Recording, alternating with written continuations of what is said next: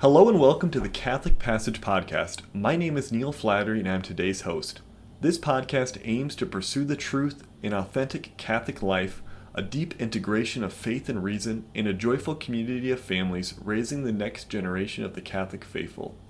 Today's guest is Danny Zock, who is a religion and theology teacher at Edmond Catholic Schools in Fort Dodge, Iowa, as well as a father of 5. I'm really excited to share our conversation where Danny and I discuss how he got into education, his approaches to teaching and presenting the faith to young people, and so much more.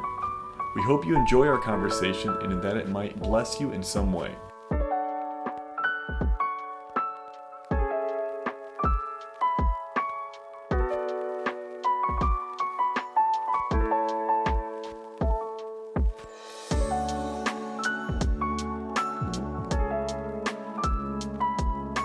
I'm joined today by Mr. Danny Zock. Danny Zock is a teacher at Edmond Catholic Schools. Thanks for joining us today, Danny.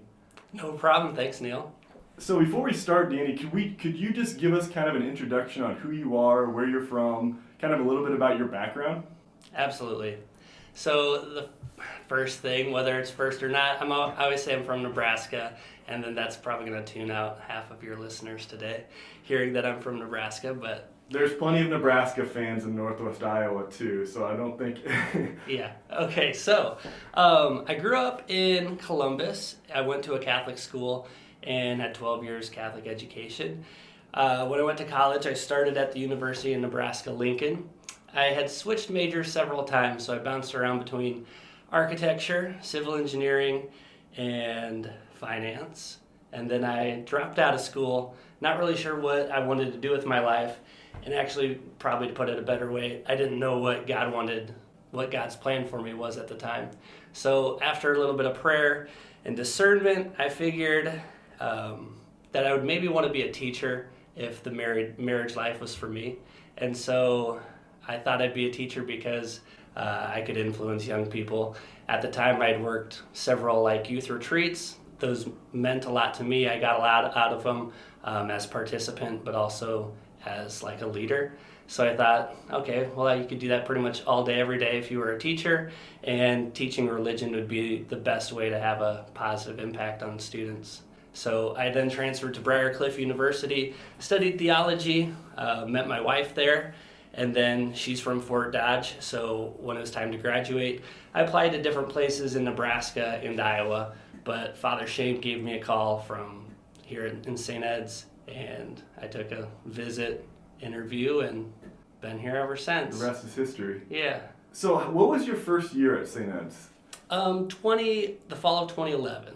Your senior year. So that would have been my senior year, because I never had you as a student. Right. Which I regret, even though I enjoyed for the most part, all my religion teachers at St. Ed's. Yep. Well, one thing I noticed when you got to St. Ed's was, I never had a theology class. Granted, Father Shane was in the school, and he would talk to students and answer any questions we had, and I thought that made a big impact on the school specifically. Is once the priest came into the school, they made a much larger impact on, answering questions that students fielded and all that sort of thing. But all of my religion classes, I feel like we just referred to them as religion classes, which is fine, but I felt like you teach theology, which I kind of thought was more interesting, to give it a more specific name, and sometimes religion itself seems vague and kind of not super specific, and not maybe as interesting as theology. Do you still have is it a theology that you teach, or is it called something different now? Great question. Honestly, the way our diocese and even the bishops in the United States have it set up is pretty much every school across the country, every high school is teaching the same content freshman through junior year, and then there's some electives for the senior classes.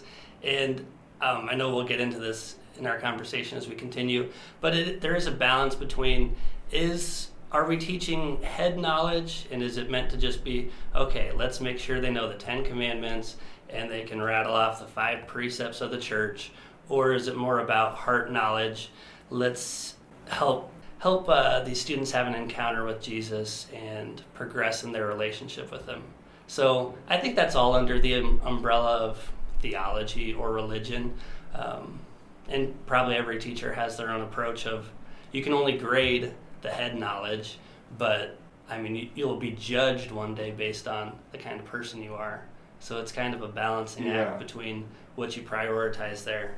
Yeah, how have you been able to thread that needle between, like you call the head knowledge versus maybe the heart knowledge, where giving students the opportunity to maybe dive a little deeper as opposed to just kind of viewing the subject as just any other subject. I got math class, I got science class, and I got my religion class afterwards, and they just view it all one and the same.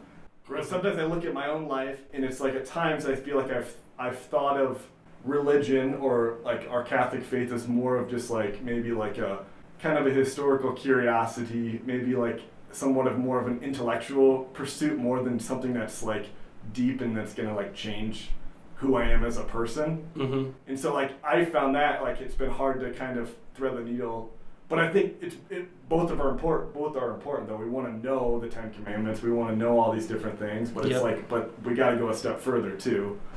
So how have you been able to do that in your classes? Okay, so every class is probably different because every single person is different, and like kind of that progression of where they're at. Are some people completely turned off and opposed to the church and don't agree with what they're saying? And then in that case, that person's going to be a lot harder to reach than someone who believes in God, and then someone who believes in God and has a relationship and prays every day, someone who goes to church with their parents or even goes to church on weekdays by themselves. So like there's a wide range of kids, and part of me thinks I'm always trying to reinvent the wheel as a teacher. Like if I was just teaching math, okay, we're going to just do sine, cosine, tangent, or whatever it is. Like that stuff doesn't change, and that's what the course is about. But I don't know, like some of my students, I don't know, the way I probably would have taught certain lessons 10 years ago is different than how I would now. And there's just, I don't know, different ways. Yeah. Have you seen over the course of the last 10 years that maybe the type of student has changed at all? I mean, it's only been 10 years, but you see over the last 10 years, the phones have maybe risen in prominence even than from when you started. Like, are the questions they're asking the same? Have the changes in society impacted some of the questions and some of their attitudes towards faith and religion in general? Mm-hmm. What have you seen as a teacher? Gosh, I mean, the world's always advancing, so you think like college issues become high school issues, and then 10 years later, those are now middle school issues. But I also think COVID kind of set things back. I don't know, like right. In certain ways. So like academically, maybe I got a lot of better questions 10 years ago from students who were maybe more curious. And nowadays, kids might be more distracted or less engaged. But right. Mm-hmm. I don't know. I don't really know how to put it, because to a certain extent, there's always a goofball or two in every class, and there's always some high-flying, high-level students in every class. So, and like positive attitudes, negative attitudes, those things about just the human person hasn't changed. So it kind of just runs the gamut. I mean, it's always been that way. It's still similar. Have you seen that your approach has changed over the last 10 years? And how many kids do you have now? My own children? Yeah. I have 5. You have 5, okay. 3 boys, 2 girls. So, as your family has grown, have you seen your approach to teaching change, or have you tried to bring your approach to teaching from the classroom to your own kids? Has that been impacted at all? Well, oh man, okay. To start with the last question of how do I bring things to my own kids, I do a little bit, but I learn probably more from the occasional I'm in a meeting or two with elementary teachers, and those guys I think are the real professionals. Like, they're with our kids all day, every day, and they know how to reach my 8-year-old the way he needs to be reached. They know how to reach my 5-year-old the way he needs to. So like, I feel like even as a father or a parent or a teacher, I don't teach my kids quite like I should, because, I don't know, maybe I just don't spend as much time. I get, a few hours at night, but okay, that was... I know. It's like sometimes when I get home from work, it's like, it gets tough when you don't see your kids all day, and then you get home from work and you're tired, mm-hmm. They're tired. And it's hard to find time to like all right, let's sit down at the recliner and go through the Baltimore Catechism. Yeah, no, it doesn't happen. Yeah. On the occasions where I will feel like, okay, bedtime story, let's just pick a Bible story today. And I will be surprised that, like, I've never read this story to my kids, but they've heard it. And Blaze will tell me what's going to happen next, and Jude, and they all know what's going on. And so I guess I give a credit to St. Ed's, the elementary teachers, for doing a great job there. Yeah, it's been amazing. Like, my daughter, I mean, she's going to be 4 in April, and she's been going through that Catechism of the Good Shepherd course. Oh, sure. Yep. And it's been amazing to see what she's picked up just from that course. And she'll be asking questions, and we're like, where did you get that information from? Mm-hmm. And it's been pretty eye-opening to see that, and it's just amazing what they're able to pick up just from osmosis and seeing what their parents do. And so it's kind of like, granted, you have more kids, they're older than my kids too, so, but it's just like seeing you set the example for them, it's probably more help than anything else with them. Right. I think so too. Just a comment on Catechesis of the Good Shepherd, because my 5-year-old goes to that too, and I feel like he's done it now, just a year, but he seems like he's maintained his innocence longer than the other ones. Like, he's still he'll give his mom a hug, and he's still, super nice all the time. And I don't know if it's credit to Catechesis of the Good Shepherd or just the way he is.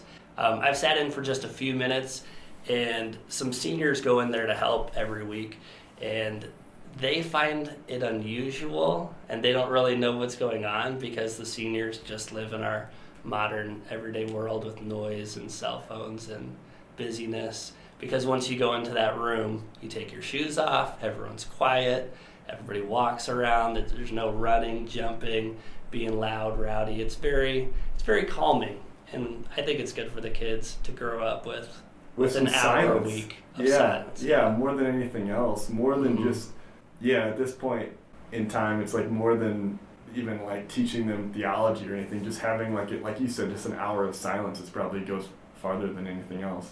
I think so too.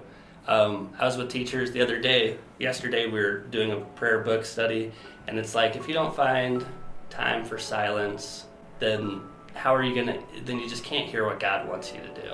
And I don't know, naturally we just go to our phones, or we find a different way to distract ourselves, but it's kind of what you have to do if you want to be led in the right direction. Yeah, I remember my 5th grade teacher here at St. Ed's was a guy by the name of Mr. Petherbridge.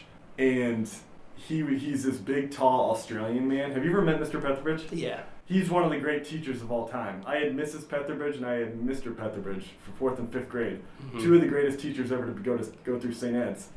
And I remember at the time, he said in 5th grade, one time I was just sitting in church, and some guy came up to me and said, "What are you doing in here?" And Mr. Petherbridge, in his Australian accent, said, which I'm not going to do right now, but he said, "I'm just letting God love me." And at the time I was like, that's kind of a ridiculous thing to say. I mean, you need to be doing something while you're there. But it's like, as I've grown, it's like, there's a lot of wisdom in that comment. Mm-hmm. Where at the time I kind of like thought it was a little bit, I don't know. I don't know what I think at the time I had this perception of the faith, like, you got to be checking boxes and getting stuff done, and, but like really, there's, like I said, Mr. Petherbridge had it right when I was in 5th grade. Mm-hmm. And it's like that silence that we talk about too. Like, he knew how to get to that silence, and that's something that as our society gets louder and louder, we probably need to do a better job of. Yep. We always find a way to fill every moment of our life. And maybe it's a guy thing trying to be productive or efficient. I don't know, but like even a podcast, I don't mow the lawn anymore unless I have earbuds in and I'm listening to a podcast. And it's like, why not just sit outside and be quiet? We need to encourage people to listen to this Catholic Passage podcast. So. I know. It's good. It's good content. To go back to one of the thoughts before the tangent of the kids, because again, I don't think I have a great answer there. But one thing, probably one of the most effective ways I think to reach kids in a new way is, well, only because it worked for me. Again, 12 years Catholic education, went to a Catholic university, been a Catholic teacher now for 10 years. But a couple years ago, my mom, of all people, she handed me a DVD and she said, "Here, you need to watch this TV show called The Chosen." And in my mind, I'm like, okay, every Christian media, whether it's a song, a movie, TV show, it's either corny or cheesy, or it's just not as good as mainstream media would be. And so I was hesitant to watch. I started an episode, I fell asleep a couple times to it, but eventually I picked back up with episode 1, watched it, and it started, after watching a couple episodes, it started to give me a different perspective on Jesus, because it's like, I can talk about him all day, and we can read about him out of the Bible, but watching The Chosen, it gives you a different visual of all the apostles, what they were like. It helps you understand them more, again, from that academic side, but from a personal side too.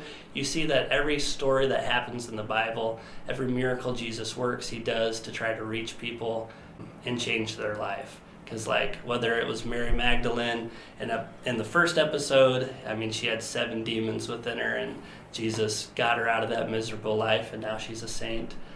Or Simon, and gonna lose his family, his wife, his livelihood because of taxes to the Romans, and then Jesus helps him catch some fish and asks him to follow him. So and he becomes Peter. But I don't know, if you haven't seen the show, it's just, to me, it's eye-opening to see Jesus in a new light, rather than okay, God's above me, I can't relate to him, but instead Jesus is this really awesome, kind person who changes everybody's life for the better, and then to make you want to have that kind of compassion towards other people is something that I've gotten out of it. And so now I started sharing the episodes with my students. I kind of have to force them to watch the first couple because they don't know what's going on. But just like any TV show you watch, if somebody recommends watching a new series, the first episode, you're not really sure what's going on, and then by the end of the season, you're hooked and you're ready to watch the next couple. So to me, that's been a good way to just help people see all the stories they've heard, the same names that they've heard a million times, but to see it in a new light, I think it makes a difference. That's cool. Yeah, I've only watched a couple episodes of that show, and it seems like it does do, like you said, it does a good job portraying Jesus and the apostles in the best way possible. Like you said, sometimes it can be corny or whatever the case may be. And I think especially giving kids an example of, look at Peter. He was, I think in the first episode, he's working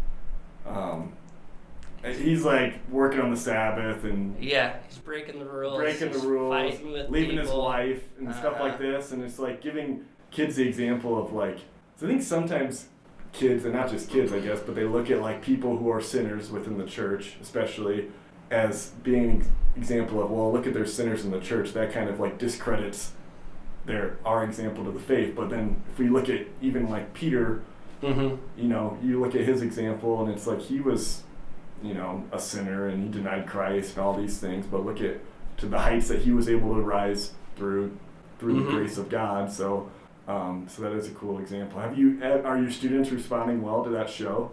Oh yeah, I do think so. I've never showed it to freshmen before, but I think there's now 4 seasons out, so I'm we just started watching the first 2 episodes, and I said we'll do 1 a week along with other content that we're doing in class. And so they'll watch season 1 this year, maybe next year season 2, and get a full dose of it by the end of high school. But I had previously, the seniors and juniors have all watched it, and again, that's where it does reach the kids that are on the end of, I don't even believe in God, and they'll openly say that, but they'll actually enjoy watching this show. And again, I think it breaks through some hearts there, and will at least plant seeds, get them to change their idea of who they think Jesus is or who God is. That's cool. Can you point to any other places during the course of your teaching where you've had successes? Any other approaches you've taken? Or is it kind of just a mixed bag and each kid's different and there's different wants and needs, and it's kind of hard there's not a one-size-fits-all direction you can take that's going to, change hearts and minds? Yeah, I don't know if it's hard to know what of my own ideas have ever really worked. Right. Instead, Father Shane, the first time he came into class when I was 22 and just started teaching, he asked the students, they were morality students, he said, how do we know if an act is good or bad? What makes an act right or wrong? And if you can't tell me the answer to that question, then you should fail this class. And so because he was so direct with that, like, I'm like, okay, well, if they don't know it, it's kind of my fault because I'm their teacher. So, ever since then, I make sure everybody knows those things when I hear Deacon Joe give a homily or something hits me from something somewhere else that I hear something, I'll try to just ingrain those little truths into the students, because if we can surround them with the truth, it's going to outweigh the other voices that they hear in other places. Even one of the things I was thinking about, as you brought up the apostles and the saints, and we could be like them because they're not perfect people until they become saints in heaven. I think a lot of the students don't necessarily have full faith or belief in themselves to achieve great things. Maybe they don't have the parental figures at home or enough teachers to tell them. So I don't know, I think that's one thing we can all do better is help inspire our kids to be even more. Even the things that the saints do, they're like, okay, well, that's not possible. But I've seen my students do some pretty incredible things, so just to inspire them that way. Well, that's awesome, Danny. Well, Danny, thanks for joining us, and I think that's a good note to end on, and I appreciate your time today. Of course. Thanks, Neil.